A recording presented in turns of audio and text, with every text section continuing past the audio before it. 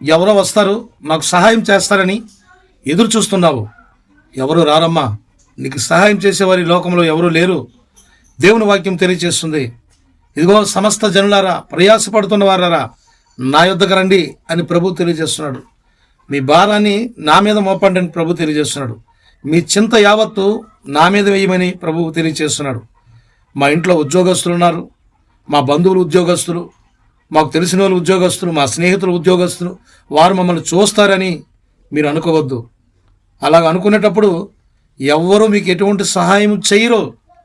ఖచ్చితంగా ఇది లోకము, ఎవరి స్వార్థం ఆల్దే, కాబట్టి ఎవ్వరూ నీకు సహాయం చేయరు. నీ మోకాళ్ళ మీద నువ్వు అనుకో, ప్రార్థనలో దేవుడి సన్నిధిలో కనిపెట్టు.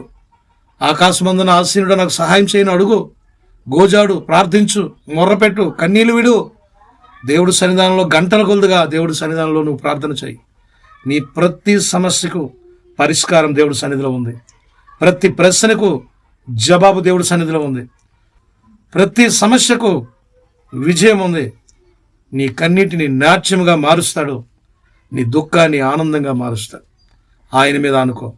ఈ లోకంలో ఎవరిని నువ్వు నమ్మద్దు, దేవుని మీద అనుకో. దేవుడు నిన్ను దీవించును గాక.